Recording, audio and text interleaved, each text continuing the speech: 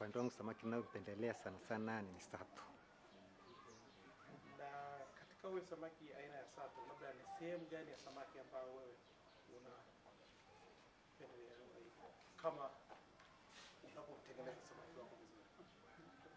Mimi kwa upande wangu hasa kibinafsi, kwa sababu nimeoa Msukuma, yani yeye sana sana anachojua akimtengea samaki sato huwa anatengea kichwa. Labda kufuata mambo ya kimila, ile ni labda ungeeleza kidogo ina maana gani, kwa nini una baba na kula sehemu ya kichwa ya samaki? Nilipojaribu kumuulizia ni kwa nini unapendelea sana sana kunipa kichwa badala ya kunipa sehemu za kati kama mnofu na nini, yani sehemu za katikati ambapo kuna minofu ama sehemu za mkia, akaniambia kwa Kisukuma ni kichwa ni heshima, kwamba anastahili sana sana kula yani kwenye nani ni mtu ambaye anaheshima yani.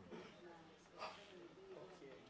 Labda kuna swala ambalo limejitokeza hapa siku za karibuni katika documentary film iliyotengenezwa na bwana Herbert Soupa ya Darwin's Nightmare. Yule bwana amesema kwamba watu wa Mwanza hawawezi wakala samaki migani. Unatuambiaje kuhusu hilo? Ni kweli au ni njia zake tu za kutengeneza pesa katika hiyo filamu? Mimi kwa upande wangu kwa kweli samaki kwa wakazi wa Mwanza analiwa na mtu yeyote mwenye kipato chochote kile, kwa sababu mimi mwenyewe nimeshakuwa kuuza samaki na kwamba samaki anakwenda mpaka unaweza kumpata shilingi 100. Unaona, ama fungu kwa shilingi 300 kwa 200. Fungu kubwa tu ambalo linatosha kwa mlo wa siku moja. Kwa hiyo mimi kwa upande wangu nadhani huyo mtu alikuwa na nia kujitengenezea hela tu kwa ajili ya matumizi yake binafsi. Labda wewe mwenyewe binafsi, ndio swala zima la samaki, swala zima la uchumi wa Mwanza, mimi nafikiri kwamba uchumi wa Mwanza unaendeshwa na biashara ya ziwa Victoria. Wewe unatuambiaje kwamba labda watu wa Mwanza pia unawashauri nini kwa wageni wanaokuja hapa nchini wanataka kuchukua picha kwa watoto, kwa wavuvi na watu wengine katika jamii yetu? Unawashauri nini unapoona wageni wanaotaka kuchukua picha? Mimi naona kwanza nadhani kuna taratibu za kufuata kwa mgeni anayetoka nje na hata kwa Watanzania wa hapa. Kuna taratibu za kufuata kwamba bwana, mimi nataka kufanya kitu fulani kitu fulani kitu fulani. Kwa hiyo atakuwa amefuata zile taratibu zinazotakiwa, kwa hiyo atakuwa ameenda kinyume na jinsi atakavyoelekezwa na sehemu zinazohusika. Ndiye mtu ambaye atakutwa anapiga picha katika mitaa yetu hii ya mji wa Mwanza, ulikuwa unatoa ushauri gani?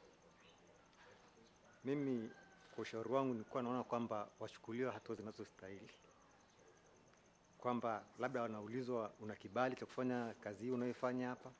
Kama atakuwa nacho sawa, kama atakuwa hana inabidi achukuliwe hatua zinazostahili.